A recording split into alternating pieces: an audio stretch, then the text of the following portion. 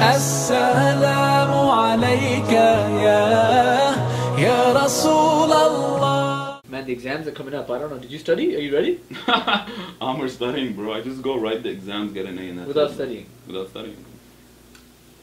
Hi guys, how are you? Mom, what are you doing here? I'm with my friends. I'll talk to you later. Just go upstairs. Do you want to eat? Mom, stop being so annoying. We'll eat later. Just go.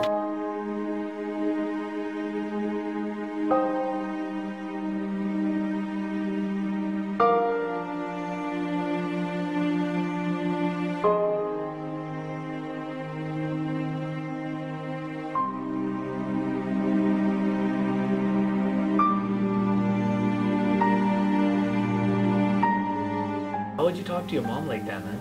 That's your mother, man. You know, I grew up as an orphan. You see how bad her English is, man? She's embarrassing.